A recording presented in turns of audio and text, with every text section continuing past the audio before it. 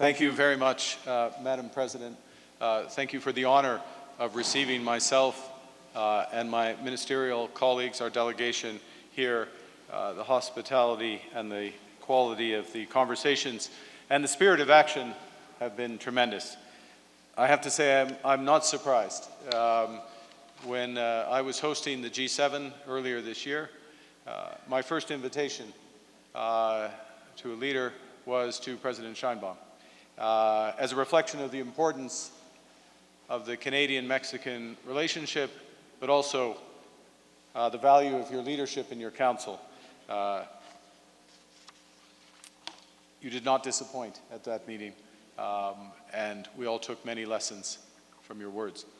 I would like to thank you for, again, for the incredible soccer ball that you gave to me in Canada, it's a remarkable piece of art, whose beautiful beadwork represents the inclusivity of Indigenous peoples and the interconnectedness of communities and nations. It sits in my office of a reminder of those deeper values and also of the World Cup that is coming up.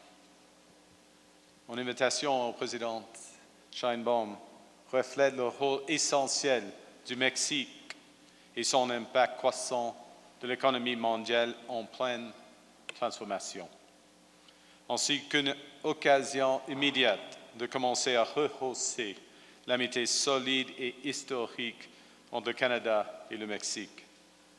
Now, from the time we first met, we've spoken of the many opportunities to work together, how to elevate an already strong relationship.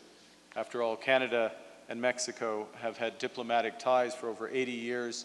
We have had free trade between our economies for over 30. And that partnership has improved the livelihoods of our workers and their families and helped make North America the economic envy of the world. Not just our economies, but North America, the economic envy of the world. And we are both committed to our shared partnership with the United States. And we look forward to using the upcoming review of TMEC, USMCA, CUSMA, different acronyms for the same thing, to find ways to make it fairer and more effective. Bilaterally, Canada and Mexico complement each other's strengths, and we stand united in times of challenge and crisis. We're acting to protect our communities against the scourge of fentanyl, and we help each other when disaster strikes. And I want to take this opportunity on behalf of all Canadians to personally thank you, Madam President, and the Mexican people for the support that Mexican firefighters gave to Canada this summer on our prairie provinces, Saskatchewan and Manitoba, saving Canadian lives, protecting their communities. Thank you. Now, over those 3 decades, we've reinforced our trading relationship. We've enabled our businesses to build more together, created new jobs for our citizens, and created the resources for social cohesion and sustainability. Et maintenant, l'économie mondiale traverse une période de profonds changements. Les chaînes d'approvisionnement se fragmentent. Les capitaux se déplacent à la recherche des rendements sûrs et durables. Et les changements climatiques représentent une crise quotidienne pour les entreprises, les travailleurs et les collectivités. At this hinge moment, Canada is deepening our relationships with our long-standing partners. Partners that share our values and aspire to a better, fairer, and more sustainable world. Mexico is central to those missions.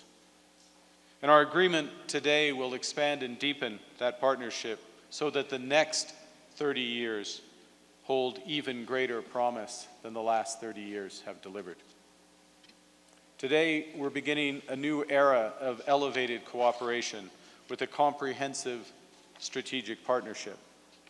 We will scale up our engagement in foreign affairs, in trade and investment, in agriculture, natural resources, in energy, finance, health, the environment, and public safety and security.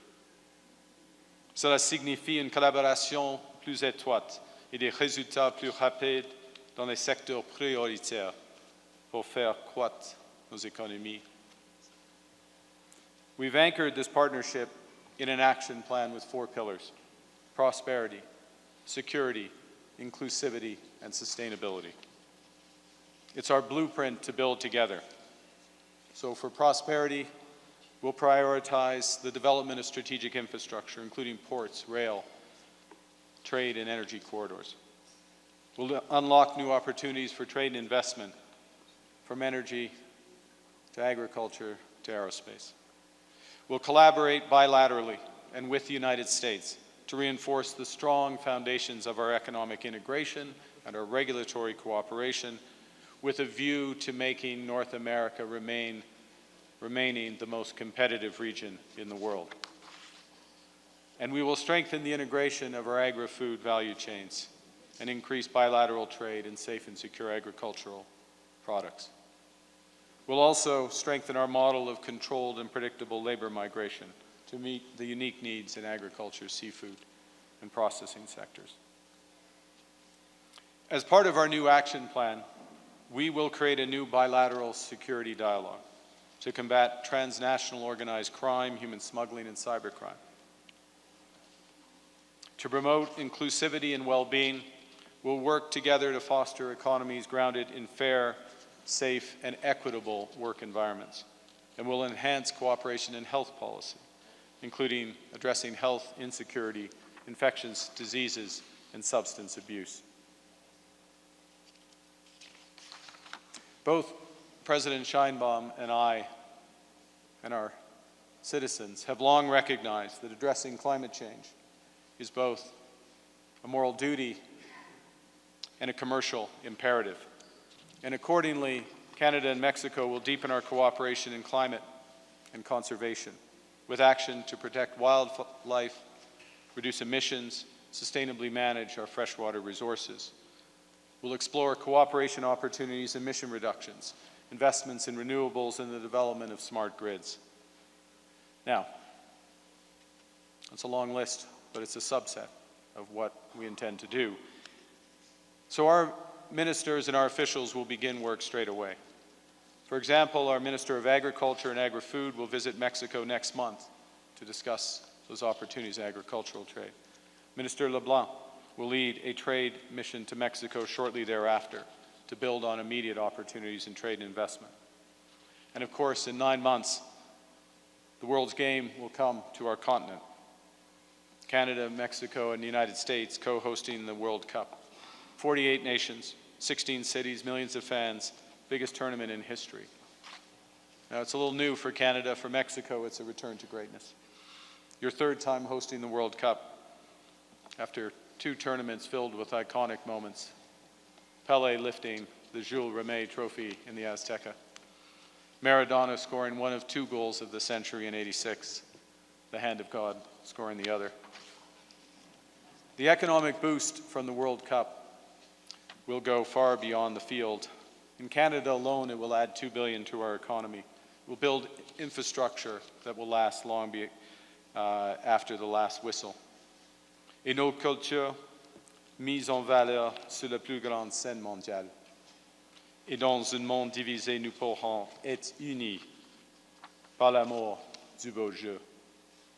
I'm pleased to share that Adam Van Koeverden, Canada's Secretary of State for Sport, will serve as our FIFA Sherpa to support cooperation coordination with Mexico and the United States ahead of the World Cup. Let me conclude just by observing what's obvious but what's essential. We are both undertaking massive transformations of our economy.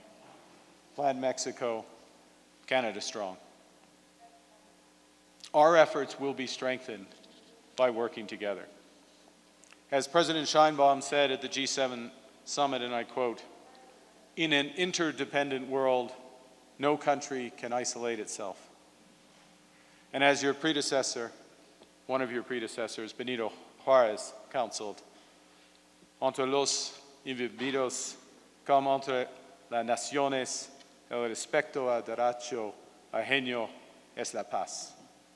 And if I butchered that too much for the translator, Among individuals as amongst nations, respect for the rights of others is peace. And it's by balancing this respect for sovereignty and the belief in cooperation that Canada and Mexico will build together for the benefit of our peoples. Thank you, President Sheinbaum. Merci beaucoup. Gracias.